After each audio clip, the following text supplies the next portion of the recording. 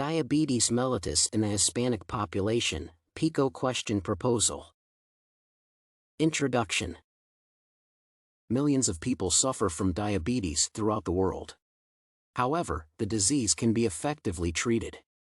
People who constantly control their blood sugar levels do not develop any serious symptoms. Educational programs help to improve health outcomes for patients with diabetes. However, these programs should be designed for the needs of ethnic minorities. The percentage of Hispanics with diabetes is tremendously high. The main goal of this paper is to discuss this issue in detail. Definition. Diabetes mellitus is a group of disorders in which the level of glucose in the blood becomes too high. The underlying reason for diabetes is that the body cannot produce the necessary amount of insulin. There are two types of diabetes. Type 1 diabetes means that the body cannot produce insulin at all. Type 2 diabetes means that either the body does not produce enough insulin or cells do not use it properly. Epidemiology. The problems related to diabetes are relevant in all countries. The main reasons for such a wide geography of disease are unhealthy lifestyles and obesity. Statistics demonstrate that approximately 380 million people suffered from diabetes in 2013, but this number is expected to increase to 600 million by 2035.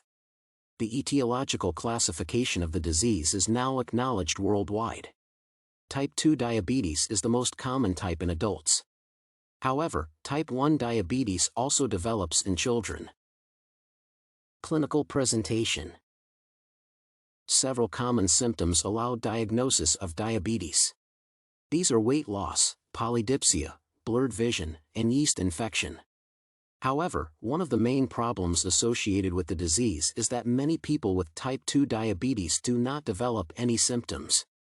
Therefore, this disorder might remain undiagnosed for a long time. It results in a situation when patients have other conditions such as retinopathy or neuropathy at the time they are diagnosed with type 2 diabetes. Complications. Diabetes alone does not lead to any complications. However, if the disease is not adequately controlled, it might cause severe health problems. High blood sugar drastically affects people's health, but most patients do not feel any significant changes until complications become serious.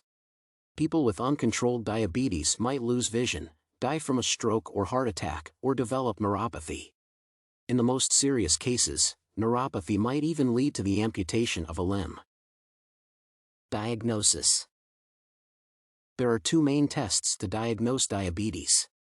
These are the initial glucose challenge test and follow-up glucose tolerance testing. The first test includes drinking glucose syrup and a blood sugar test after 1 hour. If the level is higher than 140 mg per deciliter, a doctor will order a second test. To carry out the follow-up glucose tolerance test, a patient should drink syrup with a higher concentration of glucose, and then, their blood sugar level is checked 3 times.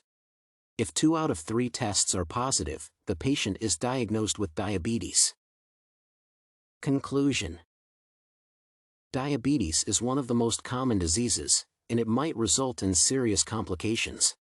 However, several preventive measures allow for avoiding any serious problems. Some of them are a healthy lifestyle and the control of the blood glucose level. These factors are crucial for healing processes as well.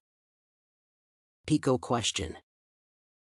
The main factor that affects health outcomes for patients is the control of the blood sugar level.